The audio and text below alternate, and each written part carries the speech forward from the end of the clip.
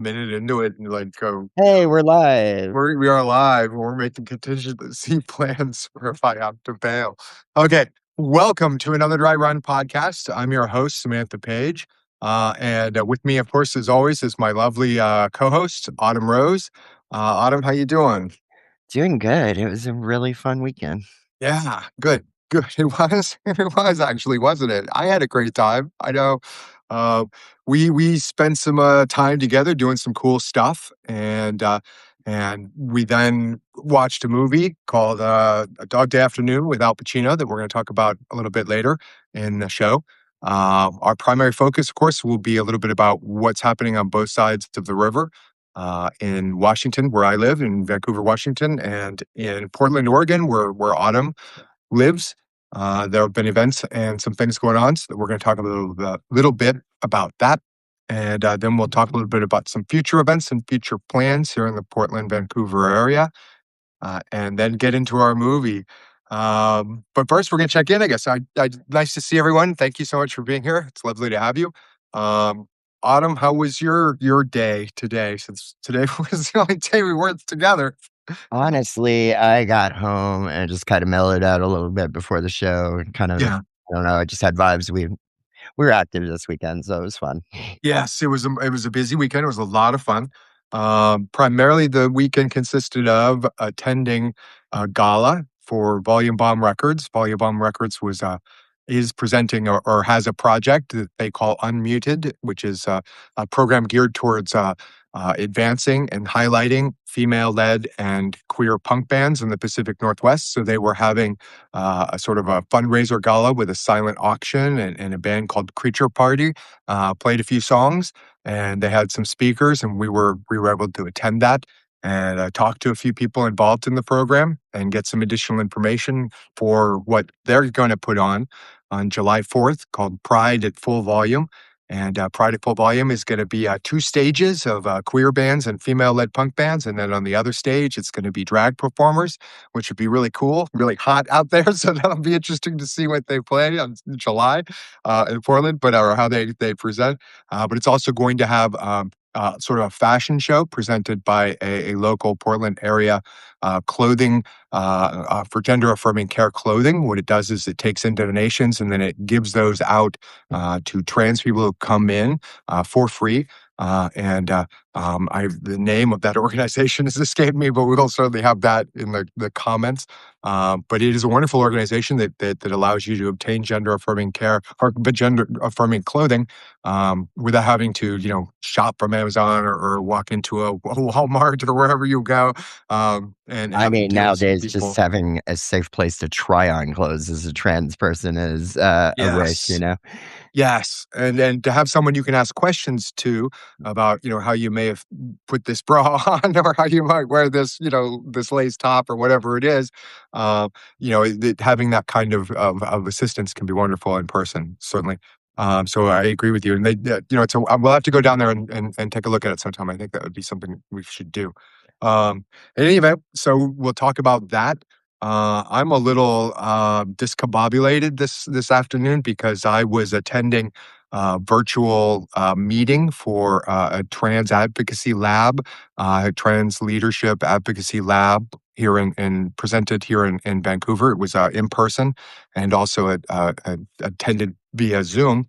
I had to attend via Zoom, but it sounded like there was a pretty good turnout here in Vancouver. But it was put on by two organizations. One is No Hate Washington State, or No Hate Wa State.org. And then the second one is the Gender Justice League out of Seattle. And what they're doing is advocating for or teaching trans people or allies who wish to, talk to people about trans people, and have sort of I guess, a script. If not really a script, but it's sort of a persuasive talking points rather than debating, etc. And they were sort of teaching people how to do that based off of skills that people who canvass for political thoughts or canvass, politically have a lot of experience in. And so they were sharing some of those tips as how we as trans people could better communicate to the potential voters on just specific issues here in Washington State, which we'll get into later. The whole time Autumn's been just staring at me. Go ahead, Autumn. I'm sorry, I'm stealing all the No, thunder. I'm just listening to it. It's very intriguing. So what was your, biggest takeaway from the leadership Zoom? So my biggest takeaway from the Zoom is that there are a lot of young people involved, which is really nice to see. And in addition to that, there were some people who more my age from in the audience who were involved. And so some of the questions that were asked were very insightful. Appeared to be primarily from allies or from cis people who had trans friends or family. So that seems to be the primary questions. What I found most interesting are the two ballot initiatives that we're going to have here in Washington State coming up in November. That they are specifically sort of preparing trans people to be able to talk to voters about. And I can go into those now, or we can wait until we go to later on in the news. You want me to go? I mean, we can just use this and lead into the news. I'm cool with that. Cool. All right, let's go. So the first one that's important in Washington State is Illinois, or excuse me, that was old school there for me. IL 26-001, and it basically affects. It's essentially that if a trans person or if a child at school expresses interest in certain pronouns or name usage or things like that, just wants to experiment, try a little bit on, the teachers now will be required to out those students to their parents. So it's one of those typically, but it also reaches into medical records and things of that nature for trans kids and kids in general. So that one is expected to not pass in legislation, and as a result of that, it will then be moved to the November election as a ballot measure here in Washington State. The second one, which I find the most offensive, I find that one awfully offensive to begin with. I don't, I don't, I got kicked out of my house, I can only imagine what would have happened had when I came out in fourth grade and said I was gay, just because I'd seen Soap and that was different. Billy Crystal's character was different, and so was I. I can't imagine what might have happened back then, since I was kicked out, some years later. Anyway, I digress. Well, it's a The common sense statement. If these kids aren't coming out to their parents at home, then obviously there's already a problem at home because kids are pretty safe, are pretty smart on picking up dangers to themselves and others, even Yeah. even at a young age. So, the fact that they're not telling their parents to begin with is a Mhm. red flag. And for a state to put somebody's well-being Yeah. on the You line know, like that. I mean, certainly, I agree entirely with you. I mean, you do make a point that if the relationship with the child is so already in disrepair because of whatever it may be, closing off another avenue for them to get some sort of someone to talk to is not going to repair that already. Just it's not going to suddenly create a better relationship in the family home. So you make an excellent point. This legislation isn't intended to keep communication open between a parent and child because, as you mentioned, that parent and child's communication is already most likely broken down. It's meant more to punish that child from being able to find outside sources and support from people who might be able to offer them an opportunity without ramification to experiment or to explore, because we are a very small minority, and not everyone who says my name is please call me Billy is trans. And but it's important for that um, exploration, should it occur, um, to not be under the penalty or punishment such as what I faced, which was threat of home and life, food, all of it. And so um, maybe if there was an avenue to a talk to someone else, then they might be able to gather the strength and the resources to bring it up with their parents and try and repair that relationship, maybe with less fear. I'm babbling. The second No, you're babble, fine. yes, I am. Well, there's This, the other part of that bill too that's a problem. I mean, mhm, there's HIPAA laws for a reason. So why are we going to allow our yes, government a overreach into our personal medical history? Like, yeah. where do we draw the line? Right. No, I mean, the government's not my doctor. I've said that before. There are reasons for HIPAA health protections. There are ways of getting around those HIPAA health protections through certain legal procedures that exist. This seems to be a go around or an end around towards that in order to gather those medical records. Our bodies are ours, right? I mean, if our liberty exists anywhere, and it's in our minds and in our bodies. We have certain restrictions on both, I guess. But this is the idea that the government could just delve into our health protections and our, it's disgusting. This next portion and the next bill that's on the thing is even more disgusting to me. And this is just, Yay. this is IL 26-638. It's basically couched as a sports ban, limiting female sports to biological or genetic women. But this one, the kicker on this one is that any woman or any girl who wants to participate in sports has to be examined by a medical professional. So they have to have a physical examination to verify their genitals in order to play sports. There is no age limits yet. It's the way that it's on. Is my understanding the way that it's worded. There was some reference to something about 11, but I don't believe that that's actually in it. So basically, that's going to be a requirement. Um, I know that as a male presenting individual, when my father forced me to play sports, I had to have a hernia check, but I didn't have to drop trow and show my equipment. So this is, presumably going to be by a medical professional, pediatrician, whoever it is. But that would take effect if this ballot measure passes here in Washington. So every girl who plays sports gets to get examined like by a doctor. So this Um, is the end result of the petition drive that Go Washington was doing all over at different Walmarts and things like that last year that we were seeing pop up. Yes, yes. Now the battle's gonna be over how the measure's worded, and how to explain what those words mean to potential voters, obviously. And of course, like all the initiatives that seem to be funded by billionaires for these voter things like the one in Maine, there's a billionaire involved here too. Yay. In any event. Well, I think it's also important for the audience to realize, like, they're putting all these measures into this bill, and, I did a show, like, about this Mhm. actually, on Stories from a Trans Witch, and I pointed out in the conversation that I think there was 10 registered trans athletes in the entire state of Washington. Yeah, yeah, I wouldn't be So, surprised. I wouldn't be surprised. I mean, there's a handful. Given how rare we are to begin with, and then the fact that how rare that population has to be that wants to play sports, because God knows I hate to sweat unless it's out of 3 other activities. Sports is definitely not one of them. And so, I mean, that's an even minuscule population. Then you have to get the ones that are actually good enough to make like varsity or JV, and that's a minuscule population. And then they have to be, potentially to compete for scholarships, they have to be the cream of that crop, you know? so And it's basically just, what I'm it's just saying kids is playing sports. It's just kids playing sports and having a community and having friends and learning about teamwork and cooperation and bonding. It's healthy and good for kids. It's no the eliteness is, you want to cure that stuff, that you have to look for the financial things, the coaching, the ability to attend clinics and have, special things like that. In any event, I'm not going to get into the financial aspect of it. It's for kids. It's a sport. Kids play sports sometimes. Why? let I the don't kids know, be but they kids. enjoy it. Sorry. I was just saying, let the kids be kids. Like, it's Yeah, getting a right? little ridiculous at this point.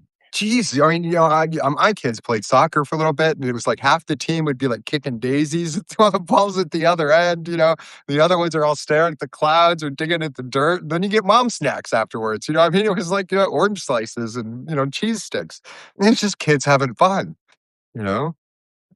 Anyway, um, so those are the two major initiatives. Those are the two bills. Those are and I certainly just for those kids getting mom snacks wouldn't want to have them to have to be examined to get those not mom snacks, right? That's just disgusting, and it's an incredible overreach by our government. Um, in any event, I said that twice now. Well, we had On to what's initiatives, but happening on your side of the hey, river, baby. so, this week I actually, focused more on a national level, Oh. and we get to go to, Samantha's favorite place. We're gonna hang out in the bubble for a little bit. Yes, the bubble. Yes, do the bubble dance. Where do we go under So, the bubble? You gotta wait. Yes. It's still showing I have an event to be on the show, or better make sure I make that. Yeah, better. Yeah. No, so anyway, what I wanna do for the audience going forward is I'm gonna start, like, dropping my news articles the day of, so they'll kinda have an idea what we're talking about on my, or at least on my side of the news, Good and plan. You have a plan. Autumn has a plan. I just wing it for my portion, but Autumn's gonna actually point you to places to go. Good. so this is an article I actually wrote today. It was about, Pam Bondi's appearance before the, Oversight Committee on Friday. Mhm, Bondi appeared before the Republican-led House Oversight Committee for a transcribed interview regarding her handling of the Jeffrey Epstein files. This appearance came after Democrats filed a civil contempt resolution against her in April for failing to appear at her initial requested mhm, disposition date. The committee had subpoenaed her back in March to answer questions about the DOJ release of millions of documents related to the convicted sex offender. The interview was conducted behind closed doors, a format that frustrated Democrats who wanted public transparency, particularly with the Epstein survivors present in the building. Autumn?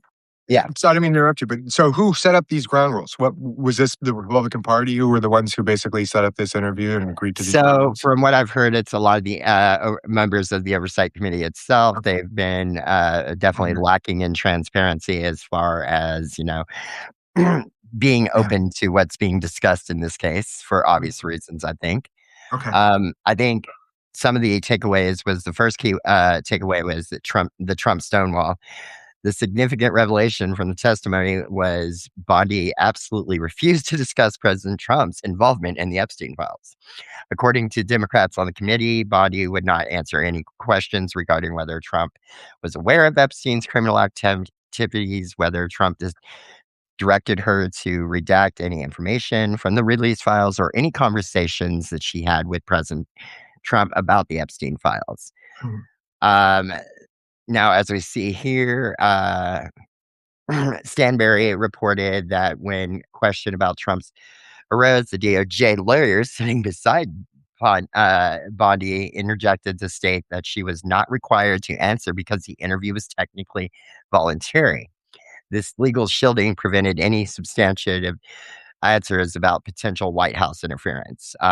Robert Garcia also described the dynamic bluntly. It was so interesting that someone sitting next to her is DOJ counsel, someone who is currently working for the Department of Justice, who on multiple occasions stepped in and told the former attorney general that she was not going to answer those questions, especially when she was asked about the president's directive to her. Um, the other takeaway was she did nothing but throw Todd Blanche under the bus the entire time for this Yeah. Yeah. disposition, Yeah. Some and of it you did it. That's her defense.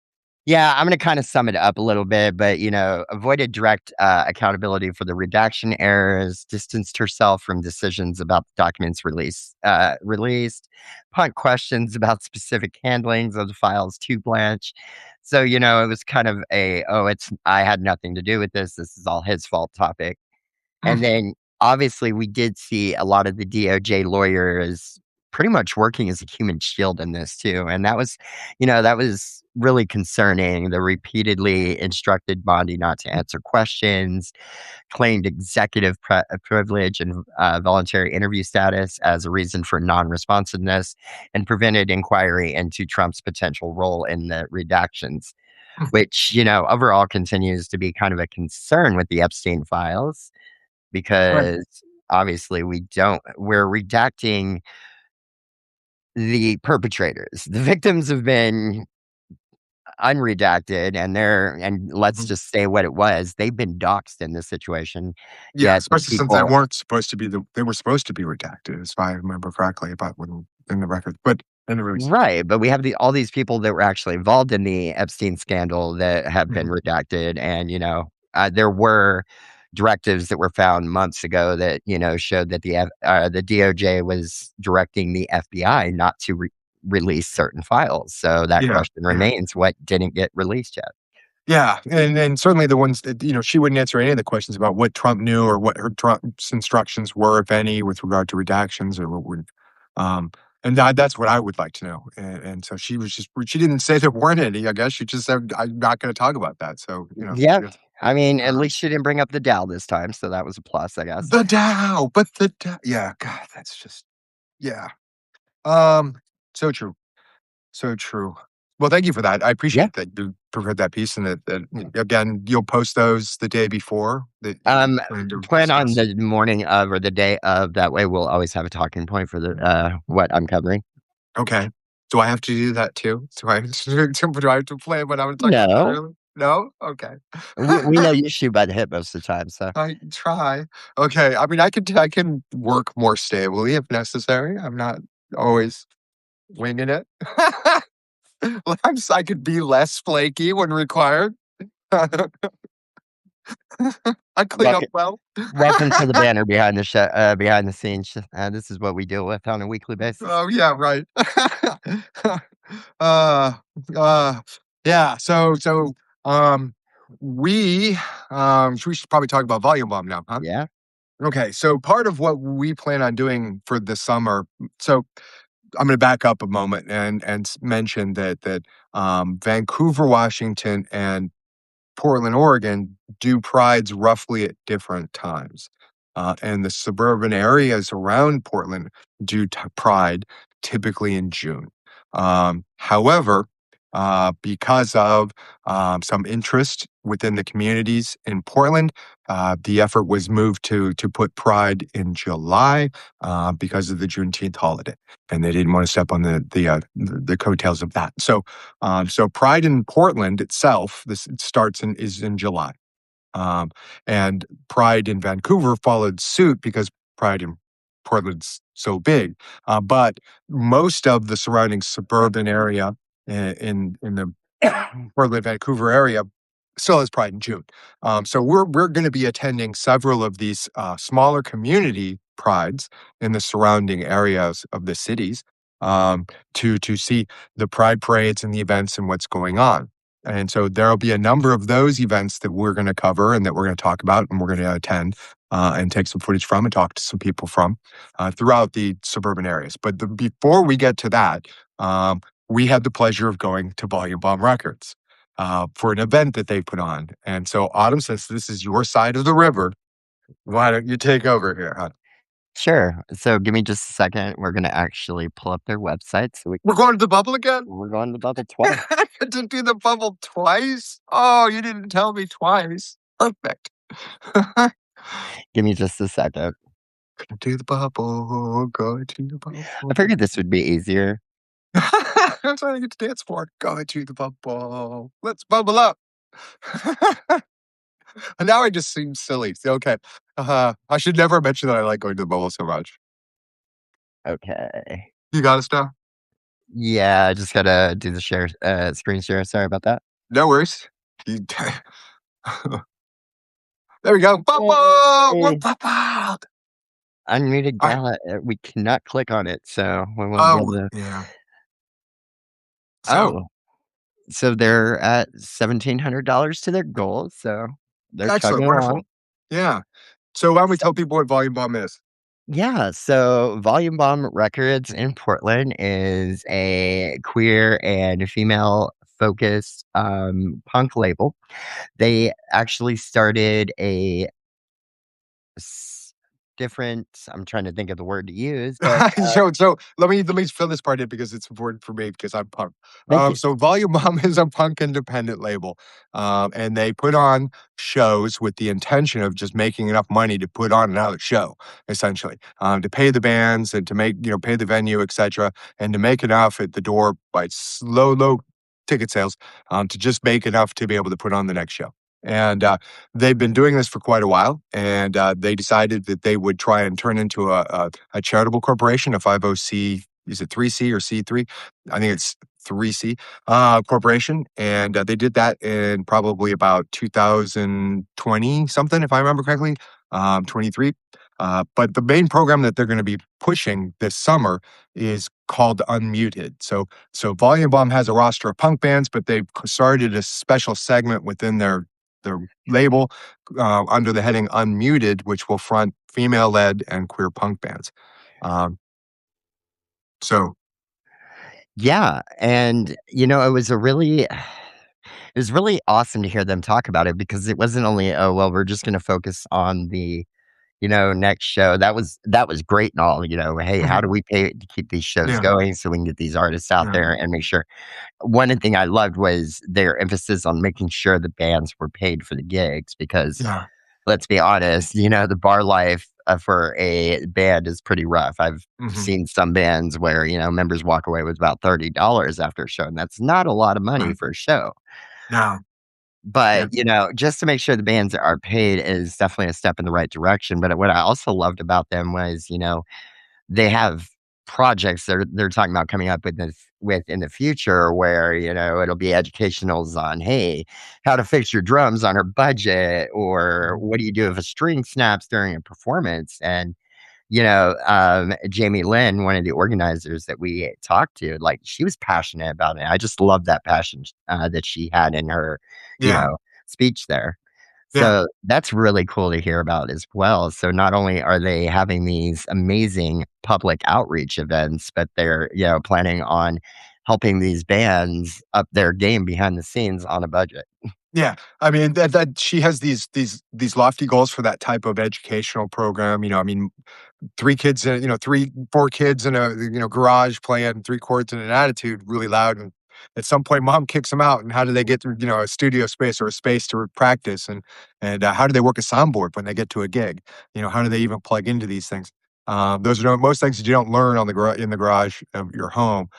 So they, want to convey this information and give young artists, give artists, whether young at heart or young in themselves, an opportunity to learn, especially in that, female-led and queer led environment.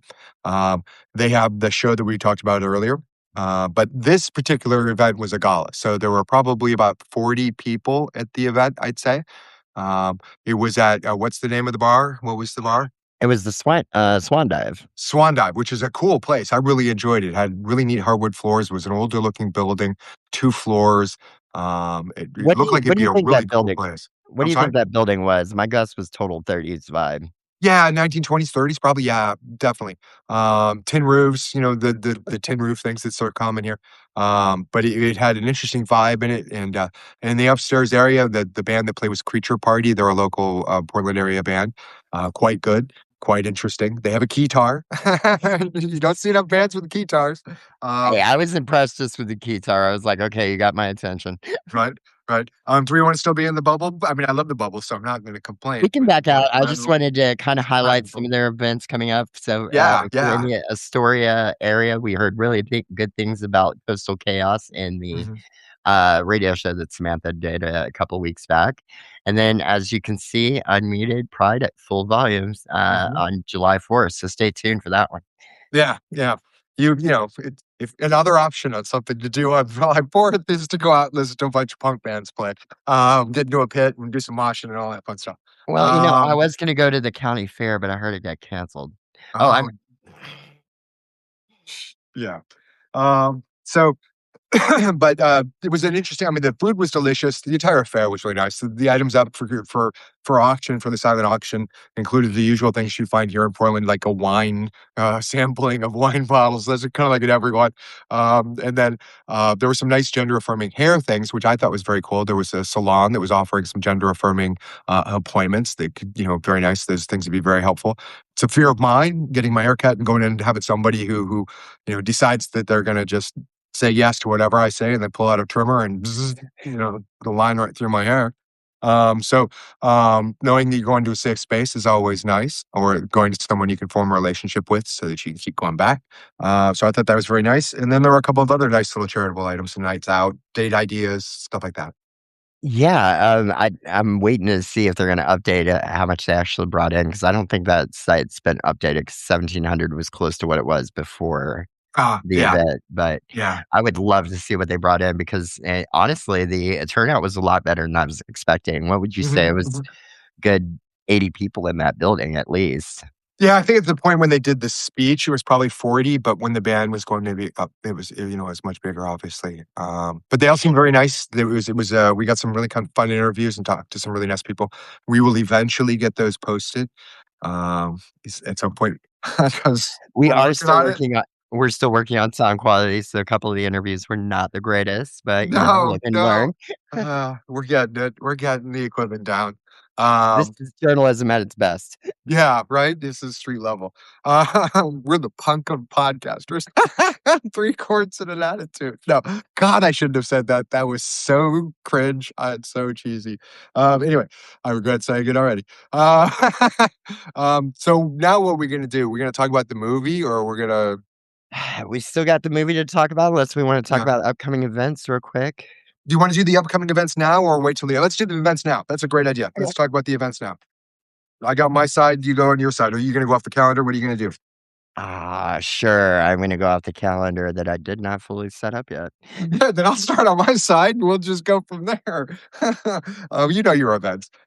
So happening on Washington State side, my side of the river. So we're going to do some things on June 7th at the Holly Park here in Vancouver. They're doing a rainbow walk across a certain bridge, and then they're going to meet up at the park for some stuff. And that's on June 7th at 11 a.m. to 4 p.m. I'm gonna be attending that one on my alone, but, I'll only be there for a couple of hours that day because you've got something conflicting with that. Um, and then, June 13th from noon to 7 p.m. is the, block party in downtown Vancouver. It's our large party.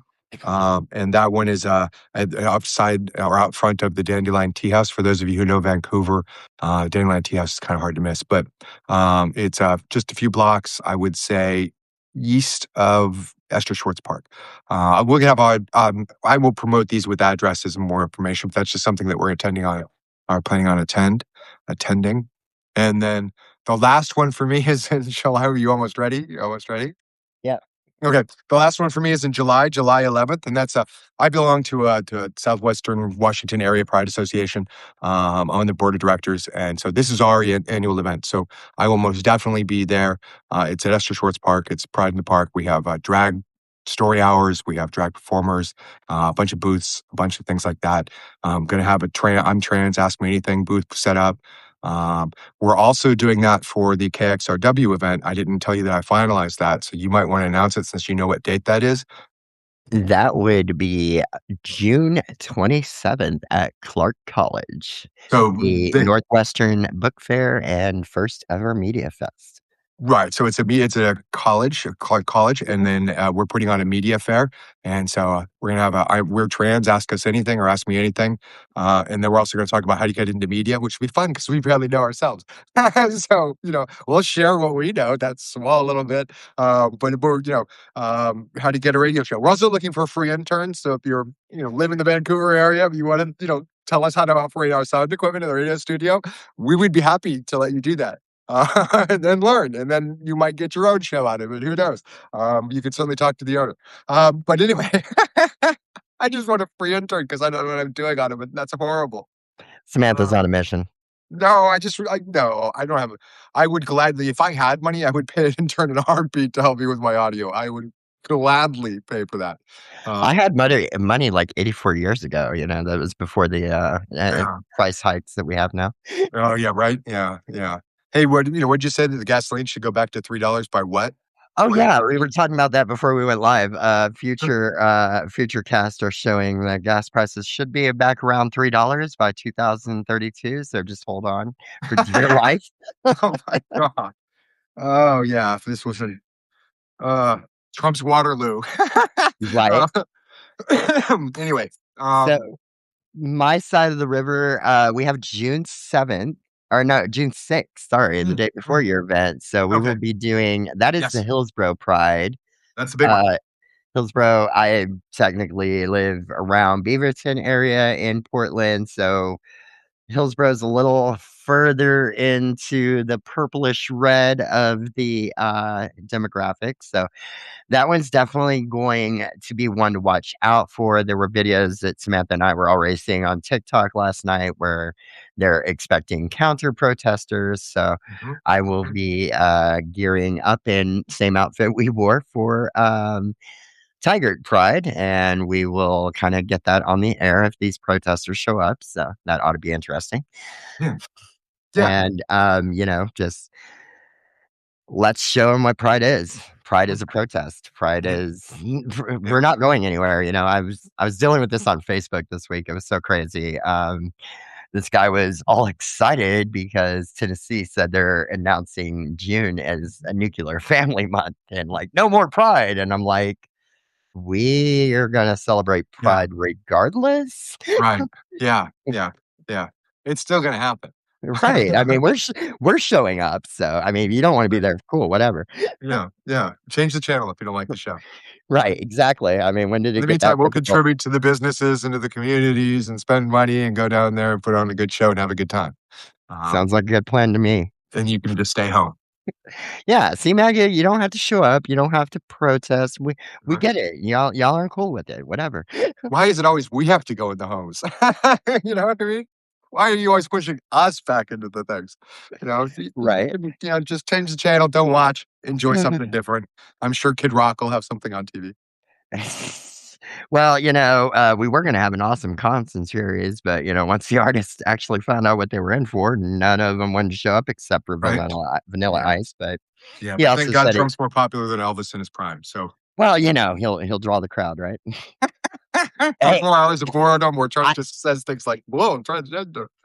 I forgot the most important thing we should be Biden. talking about is, June 14th. Mhm. It's not only Trump's birthday, but 5150 has called another No Kings protest for Ah, June 14th, so nice. Good deal. Okay. Yeah. let's spoil a king's, birthday party this year. Because he compared himself to the king of rock and roll. So, Well, I mean, after the Squeaky Wheel tank last year, I don't think we're gonna top that, but who knows? right. Right. Oh my gosh. And I forgot on my side of the river, Battleground. I don't have the date for it, but Battleground is also going to be probably a contentious pride. Uh, the mayor of Battleground has decided not to issue a pride proclamation this year, but it is going to issue a proclamation in favor of ICE. And so, yeah, Battleground's just done some changing So so with the new so hold mayor. on, hold on.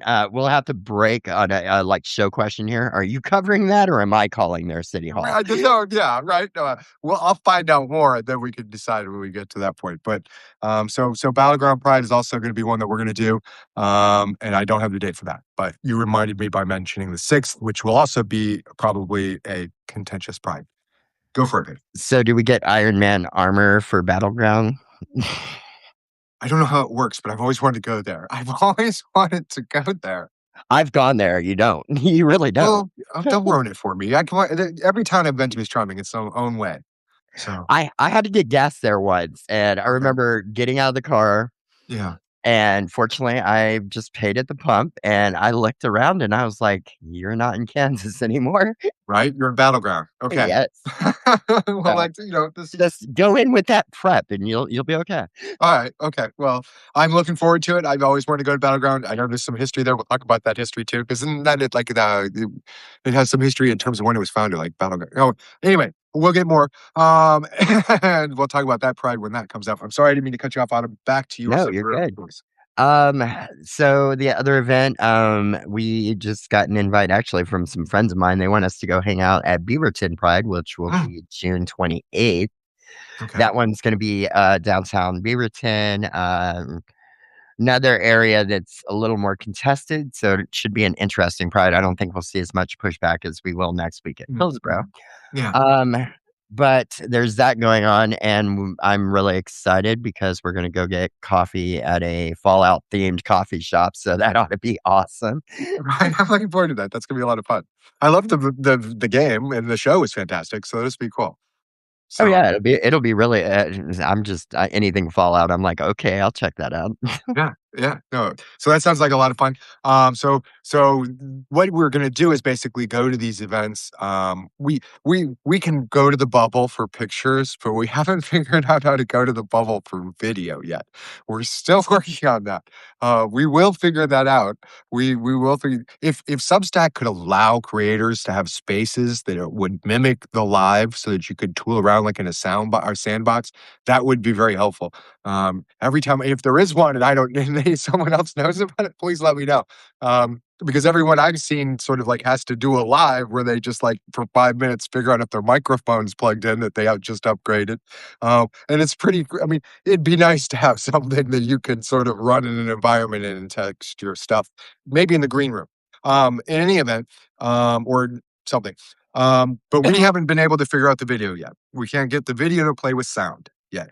No, I mean, I've definitely been able to do it on a couple of my one-on-one videos, but, honestly and audience, drop your comments. I would love to hear, I wanna do these videos where I can pre-record and be able to talk over another video, but I also, love giving the audience that opportunity to respond to anything we're talking about in the moment. So, Yeah. that's Yeah. where I'm kinda, taken back by it and not Yeah. exactly sold. Well, I mean, I like the idea of if we're gonna be talking about an interview, to be able to play the interview and then talk about the interview, Yeah, or your follow up that interview. Anyway, so we see this is if we had a sandbox, we could be having this conversation and not be live doing it. Substack, are you listening? No, they're not listening to me at all. But that's okay. Then, I'm happy. We will figure it out. We will figure the video out, but we have plans for to be able to take videos of the interviews that we we have at these events and then play them on Sundays when we have our show. And certainly if there's something exciting like a parade or something, I'd certainly want to be able to at least show stills. So we kind of upgraded our game when we talk about movies, but now we have stills from the movie, but we still can't get the videos to play. We'll figure it out. Anyway, I don't know why I spent 5 minutes talking about that. We just had a rant moment. Is that what that is? Did I just crash out, as the kids That say? I No mean, cap. you were kinda close there. No cap. Okay. I don't even. I actually do know what that means because my kids say it. Anyway, all right, so Adam, so what are we gonna do now? Are we gonna talk about the movie, or are we gonna get more stuff that we're gonna talk about? I know we're having the interview with Brett Heinrich. We're possibly gonna be doing that this Saturday in the morning. That'll be good. And then the second thing is the interview with some of the protesters down in from the what is it called again? It is from the ICE facility here in Portland, and they have the Portland Music Fest, which goes on Saturday and Sunday night every week, 5 o'clock until late. It's But yeah, it's not a fest. It's part of the protest. That's just what they call it, is the music fest. so online, it's called the Portland Music Festival, but this is an Yeah. active part of the, protest that's going on here in Portland. Mhm. There is a former, Marine that goes down there and actually plays music on Friday and Saturday, so it kind of feels like being in a club, Yeah, the situation. lights and the DJ booths and all that fun Right. stuff. I mean, I Yeah, was kinda great down place there to go. covering it a few months ago, and, yeah, there was definitely times it felt like you were in a club, and then you had guns pulled, which is also like kinda being in the club, so Oh, God. What clubs do you go to, girl? Okay, alright. I guess that's true, but well, I did spend a few years in Detroit and other cities like that, so okay, end the text. Okay, we digress. Anyway, so it's basically just they get it loud, they have music, they have flashing lights, they get people out there, bodies dancing and everything like that, and they play music until the wee hours of the night for the yes, there we go, yeah, Portland and Frogs. Yes. Casey, I was gonna say Uh-huh. Casey, the Portland Frogs, definitely. And Yeah. there's the dinosaur and chicken. There's a trans dinosaur and a chicken. Yes. Oh, and I love the and I had some great photographs when we went down there last time. So basically that's something in a thing that they do. And so some of the people who put on those events and who de-escalate those events when they're going on, some of those people who are in charge of that are going to be on our radio show here on KXRW. We're going to talk to them about that, right? Yeah, so we got Spider Mike, who is one of the bigger, known protesters down there. We have, Hawkeye, who is a medic and does a lot of the medic training down there, teaching people how to respond and do first aid in the moment, And and, de-escalate. Yeah. de-escalation, decon, because we know that ICE loves to use their chemicals. Especially here in Portland. Yep. So, yeah, it's gonna be a really fun show. Okay, that's wonderful. I can't wait. This is and Hawkeye was kind enough to accompany us when we went to Pride, Tiger Pride, Yeah. as part of our sort of entourage. Is that what it's called? He just it was nice to have him. That's all I'm saying, and I wanna have him again because I felt a lot safer having I him. was gonna say we had a security detail, that was great. Yeah, it was. It was kinda cool, and I got a walkie-talkie, and that made me feel important. Oh, yes. Okay. Anyway, Samantha had the walkie, we were good. I would yes, I had a walkie. You were safe from the walkie being damaged, at least. Anyway, So, I feel like we're only talking about one movie, we had, like, quite a few movies over the weekend, so we did. We went all out on movies. But the one that we're gonna talk about is a really good movie. So, thank you for shifting it for us, Autumn. So we last week we said that the movie we were gonna watch and review and talk about is the movie Dog Day Afternoon, which is an Al Pacino film from 1975. It was nominated for 5 Academy Awards, including Best Picture and Best Actor. It only won for Best Screenplay. But it is considered generally like one of the top movies of the 1970s. Godfather, those kind of things. It's up there generally. And it's known primarily not only for that story and that gritty stuff, but of course for its portrayal of the motivating factor for why John uh, helped the bank, basically. And so to give context, this movie is based off a true story, a true bank robbery that occurred in New York, and it occurred in New York in 1972. Um, and to give context, Stonewall riots were in 1970 or 69, and this crime happens in 1972. Sylvia Rivera's famous speech at the Christopher Pride, event happened in 1974. So, for famous, I've been to jail for gay rights. I've been raped for gay rights, and you want to treat me like this. Um, that happened in 1974. So within that context, or 1973, excuse me. So within that context of those timelines, this crime takes place in Brooklyn, and the criminal who broke into the bank had a reason for why he wanted to steal the money. And the movie explains that over a period of time, but it's known, generally speaking, for its time in 1975, 6 years from Stonewall, to be a rather sympathetic portrayal of a trans or non-binary gay love relationship. Um, it's kind of hard to watch in modern ears, but very. um, yeah. And then there, of course, are issues with the actual people involved. Well, there aren't issues. There's just a backstory on that alone. So you got some information on the film. Do you want to talk about some of the film a little bit there? So, Yeah, so I went down a deep dive and actually looked at some of the behind the scenes, what they were mhm, dealing with during the filming. So mhm. it was really interesting. So I don't know if you knew this, but the crowd they actually had in the movie was authentic New Yorkers that were just Just showed standby. up. Yeah, basically, they invited the crowd in, and Oh, a lot of the 70s New York. responses. Right. Yeah, I mean, the responses you were getting were actually legitimate responses from these New Yorkers that were just standing on the street. Yeah. Well, that's amazing because And when Al Pacino's running around going, "Attica, Attica," that crowd really got involved. So if do you that know was that wasn't even in unprompted, the that's pretty script? cool. That was 100%, unprompted on Al Pacino's part. That wasn't even in the script, actually, The I can Attica tell you stuff? that either. Yes. Nice, That good to know. that was Good ad-libbed find. by, yeah, that was total ad-lib, so that was amazing. Oh, Um, nice. I think the other funny thing was just seeing how committed to the role that Al Pacino was because Mhm, mhm. he'd almost quit this production before it even got started. There was issues behind the scenes. He Mhm. got into it, and then, we were talking about in the movie how you could tell when they cut the AC off, everybody was sweating, they were Yeah, struggling. right. Al Pacino actually took it a step further and stayed in character. He literally pretty much went on a hunger strike during filming to have that motivation into his character. So I really Wow. applaud him for his Uh-huh. dedication to the acting there. Okay. Well, that's amazing, and so to give more context to that, basically the plot line in the movie is uh, John and his friend Sal, Mhm. and then another buddy are gonna rob a bank. But the third buddy chickens out right as it gets started and takes off. He has bad vibes. Um, Which in real life he did later turn himself in. yeah, I imagine. um, and in any event, the bank robbery goes south as bank robberies often do, I imagine. Hopefully, I don't know. And the cops come in force to circle the bank in Brooklyn, and and of course the crowd's drawn, and then there's a standoff because he has hostages, the employees within the bank. And so the two of them are holding them hostage. The police are outside, and there's some effort to negotiate within this storyline, to get a bus to take them to an airplane so they get an airplane and take off.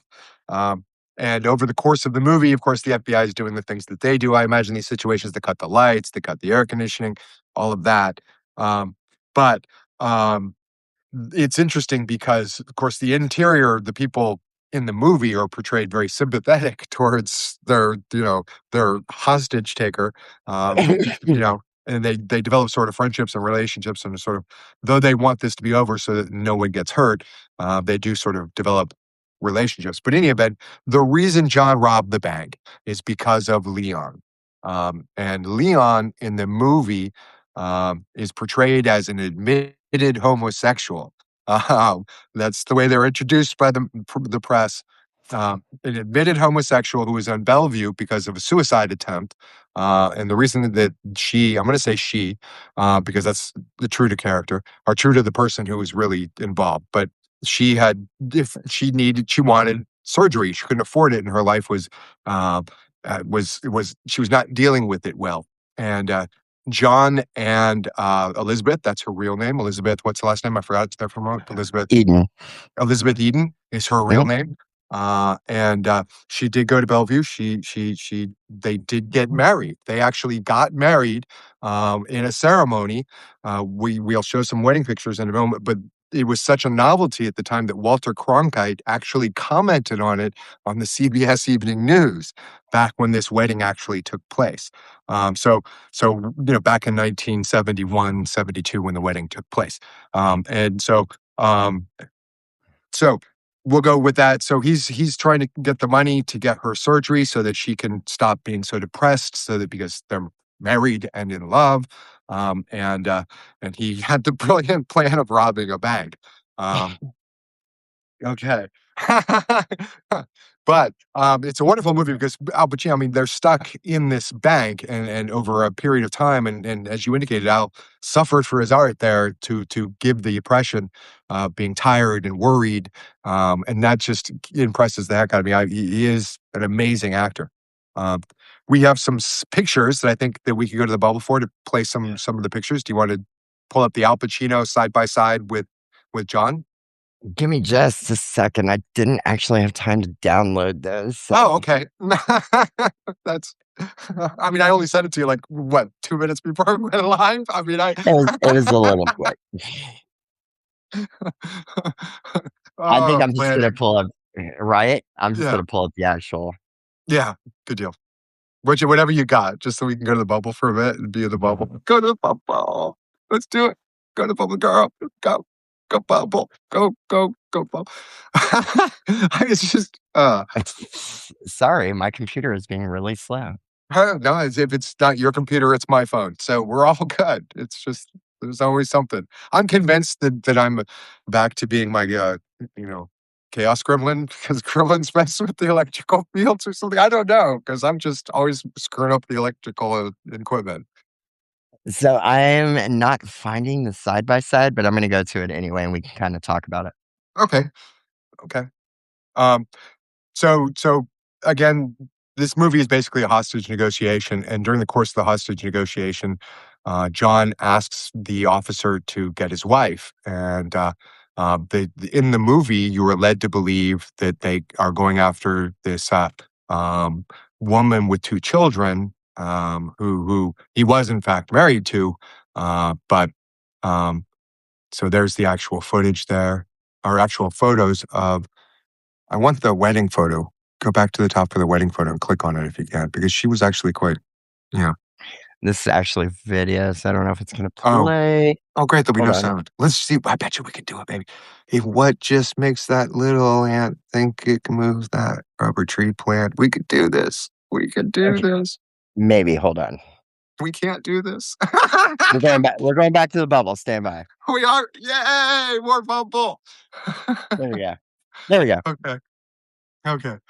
Oh my god. It's a photo. It's nothing, like, I guess that's where my frustration came from watching the Yeah. movie, like, the movie. Okay, Al Pacino, I'll give him credit, like, he played John's character pretty well. Mhm. In fact, that was one of the, funny things from my research was hearing about John going to the movies and watching, Al Pacino do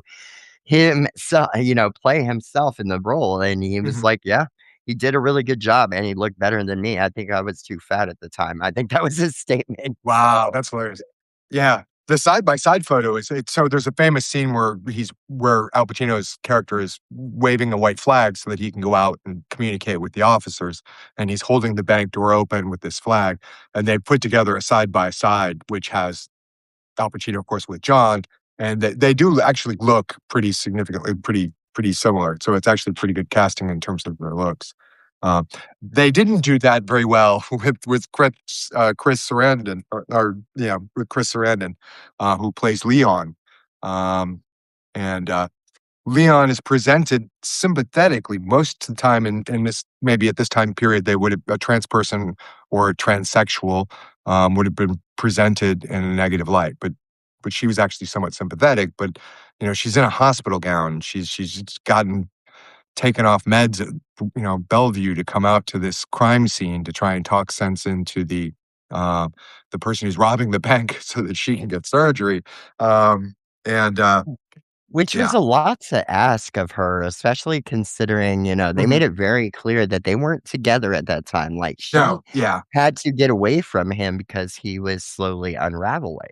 Yeah, and maybe this had been a last maybe I'm not gonna be able to put myself in his headspace, or even try, but I guess I am gonna try. Maybe this is his way of trying to win her back, get the surgery money, of course, not the whole, you know, fiasco, but, who knows? But, it is interesting that she did eventually get the surgery as a result of the robbery because, back when this crime happened, you could still sell the rights to your life and get money for it even if you were the criminal. Um, and so John did get some money for his story, and he did pay for her surgery. Um, Sadly, she later died of AIDS, pneumonia related to AIDS, um, in the late '80s. But at least she got the surgery that she wanted. But that wedding, pre-gay marriage, that wedding was, televised. They talked about the story on the CBS Evening News. It was Well, I known. mean, they were committed homosexuals. I think Admitted, that line triggered admitted. excuse me, admitted homosexuals. I think that line triggered me the most in the entire Yes. damn movie. Yeah. Yeah. And then at mine at the end of the movie was the and Leon became a woman, finally became a woman when she had surgery. It doesn't say that she Yes, that got money for the surgery, but it was sort of this, now that she's had the surgery, she was a woman. Uh, that's sort of really kinda threw me for this too. Anyway, and it's a very interesting movie. Again, it's a well-made movie, and Al Pacino is just absolutely amazing in this movie. His acting choices and his energy and just commitment to the part. Thank you for adding that story, Autumn. I didn't know that. It certainly deserves its place in one of the top movies of the '70s. But the fact that it allowed a transgender person, a trans person, to play a role, sympathetically, was also unusual for that time. And there wasn't much understanding about what that meant. I mean, we're only 6 years from Stonewall, for Christ's sake. A couple of years from Sylvia Rivera's speech, and still people didn't even know who we were or what we were. Um, but it's a very interesting movie, and um, Chris Sarandon, I know him best as, the Prince Humperdinck in The Princess Bride, but, that was his first movie role, playing, the trans woman, and, he does well within the limited resources and range that he's allowed, but that was the other thing they talked about on the behind the scenes, Mhm, the phone call scene, and they said it was mhm. so disturbing for not only, Al Pacino, but I'm sorry, what was the other person playing Chris Sarandon, Yes, Chris Sarandon, so mhm. their phone conversation, it actually affected both of the actors behind the scenes. They were talking about Mm. how gritty and how real that conversation was. Yeah, I imagine. Um, it is a fantastic movie. Again, it isn't it and just for so many different reasons, it's a fantastic movie, but it's interesting in terms of its historical context of when it takes place. within the entire struggle. Because there is a scene where a number of protesters, gay rights protesters, show up as part of the crowd around the bank to offer support.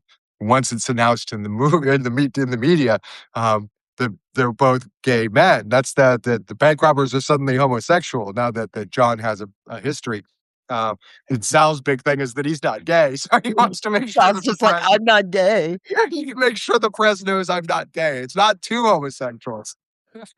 Forget I'm robbing a bank, just make sure they know I'm not Yeah, gay. they know I'm not gay. So there is some conversation and things like that that goes on. The faces of the police officers as certain facts are developed or made clear from their relationship. The F slur, lots of that. But it's an amazing movie for its time, just for its presentation of us. So soon after Stonewall. Certainly goes against that claim that we're new. I guess it would do they claim that we're new from, like, the '90s on or 2004 on? It depends I on never who really understood it, so I never really paid attention. I mean, I believe if you ask the MAGA movement, they're gonna tell Mhm. you 20 aughts. Yeah, They didn't know something trans people existed before that, so yeah, no, yeah, it's just, had no idea. I remember when I took a history of jazz class and my professor said, "You have to go to a jazz bar," and I was like, "There are no jazz bars anywhere near me," and I suddenly went looking for them. And they were, like, all over the place. But yeah. So wait, did you say there was no jazz was this when you were in Chicago? No, no, this is when I was at the Okay. University of Washington. When I was at the University of Washington, I took a history of jazz. It's how I fell in love with jazz. But one of the requirements was the professor wanted us to go to a jazz club and experience what that's like to watch a quartet or something play live. And I was worried I was going to fail that because I didn't know where any jazz clubs were. And like I can't remember what that phenomenon is that like once you sort of like paying attention to something, you start noticing them around. Like, oh, there's a jazz club over there, 3 blocks from you. I've walked by it every day. Never really knows. It was kind of like that. We're kind of like that for Vega. I don't know. We've always been here, but suddenly their attention's drawn, and now they see us everywhere, and they want Well, to look at our genitals all the time. we didn't exist until we became their scapegoat, so there you go. Right? Yeah, exactly. Until they needed one. So No, no, so I we've think we always can been here. come to the conclusion that the moral of the story was, guys, don't rob a bank to get your girl bottom surgery. It doesn't work out well. Yeah, yeah, or plan better. I mean, I'm not gonna advocate crime, but they certainly didn't put any planning in this, did they? The only benefit was that John had worked in a bank, so he knew where all the alarms were, but it still went south. Um, Oh, anyhow, yeah, I think that was the worst part, like, when they did all that robbery and it was like, "Well, we got $1,100," and I'm like, "Well, right, you're going to yeah. jail for $1,100. Yeah, bad Congratulations." timing. Yeah, that's right. Now He thought the cash was supposed to be delivered that day when actually it got picked up that day. So they only which had, like, a granted, it little was bit. $1,100 in the '70s. It would have been worth a little more than what it is now, but. Yeah. Um, Highly recommend that movie. What's our movie for next week, Autumn? You're picking. Follow Oh, that one. wow. So actually, I think, and now that I'm thinking about it, we're gonna actually challenge the audience a little bit on this one Oh, yeah. because me and you talked about it.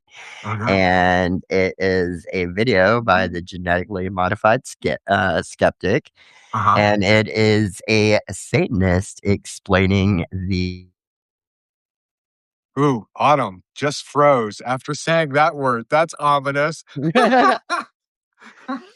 So, we'll put the links on, Wait, wait, Satan. you froze, so let me yeah. So this is a Satanist who's comparing trans panic to the The panic in the historical '80s. satanic panics, yes. Right, and noting the similarities between the 2 types of panics. I'm old enough to remember the D&D panic, and as part of that sort of, Satanist panic, from the '80s and '90s, so, hair metal. So it's a Satanist explaining Satan that panic, in context and in relation to the trans panic. Yes. Yes, yes, we are challenging the audience on this one. Yes, we are. We're gonna have some fun, okay? Yeah, we So, are. Why w not? well, I mean, if it takes a Satanist to explain it, I mean, why not? You could get Ozzy Osbourne. He's already dead, so I don't think he's a Satanist, but I I I would have I could loved to have met try Ozzy. I could try to summons Ozzy, but, Yeah. I don't think it's gonna happen. No, no, no. I think let him rest. He deserves it because, way to go, Ozzy. But yeah. Uh That would be funny. Anyway, what else? Oh, Other what's it than called? We have to put the link in it or give them something to be able to yeah, search. I'm So trying to find the link right now. I know I sent it to you. I'm actually gonna you dive back did, to but our it's on my messages real phone. quick. Give me 2 seconds. I will dive into it and find Okay. the video. I know it's not that far Yeah. back. We oh, well, at this point, then I'll just maybe we're upgrading on my end. I Yeah, have an idea of, I'll so, I discovered when I interviewed, Lena Brandt, Defends Trends, that my phone overheats within the ring light when the temperature is really hot here because I don't have central air, and it was a hot flash that day. So we're upgrading me to a laptop camera and a microphone. So I will have an actual microphone. These are all on the horizon. Um, we have them planned. we went But go ahead, Adam. shopping. We went Shocking. shopping today. Yeah, yeah. Well, Um, we so looked at things today. the Genetically Modified Skeptic is the channel, and the video is called Satanism Expert Reacts to Anti-LGBTQ Satanic Panic. Okay, so channel. What do you mean? A channel? The content creator is the Modified Skeptic. It's on his channel, and they can Channel find on it. what? Channel on what? YouTube. Oh, it's YouTube. Okay, Mhm. okay, okay. Thank you. So this will be a fun video. Then anybody in the audience, you can follow along with us if you have time. Do the homework with us, so you can be part of the conversation next week. But this is Do your something. satanic homework. God, I hope that doesn't get clipped. Oh, I will pay if that gets clipped. Do your satanic homework, everybody. Oh my god. But I am interested in watching it. I have not seen it. Autumn again suggested it. I'm all on board. I think it's going to be interesting. I like I said, I lived through part of it. Well, both of them now. So I'm curious to see what parallels they draw. Yeah, I spent my day yesterday kind of corrupting Sammy and introducing her to new talents on YouTube that Yeah. I'm a Oh, fan of. yeah, Samantha Lux is amazing. I'd never seen her before. I mean, well, I'd seen her, but I'd never really, like, repeatedly watched her. Um, and that video that just we watched the chain of videos related to Matt Walsh, right? Um, Yeah, we started it. We didn't finish it. There were a couple more in there because that was the back and yeah, forth. But that is not that Joe is a douche. But anyway, we'll talk uh, about him soon on the show too, right? yeah, that'd be fun. Why not? Why? I don't wanna waste time on haters. But anyway, so Samantha Lux was wonderful. She was gorgeous, had incredible just her elbows or her collarbones, her makeup. I Oh, her makeup is always flawless, and she has amazing trans content. So anybody in the yeah. trans community that's just Mhm, looking for an ally or mhm. somebody to learn off of, a great resource. Yeah, no, she definitely information was interesting, very good. Who else did you turn me on? The Line. You showed me The Line. I'd never So seen we The Line. watched a couple of The Line because my Yeah. boyfriend, Forrest, is on there, who has multiple PhDs. And Forrest, if you're listening, I'm still single and waiting for you. You go, girl. Good for you. But we watched The Line, and I haven't seen that before, so we watched a bunch of those, and that's pretty interesting too. So, uh, Yeah, and then we got a little bit of taste of Chelsea Gods, so that was fun. uh-huh. Yeah, I don't really know how to take Telstra Cut, but she knows that say stuff that gets them under their skin. That's Hey, interesting. she had me when she was like, "MAGA, divorce your husband." So I was like, "Okay, I got Yeah, behind her." right. Yeah, or you did a video on anal sex. Yeah, it's fun. Um,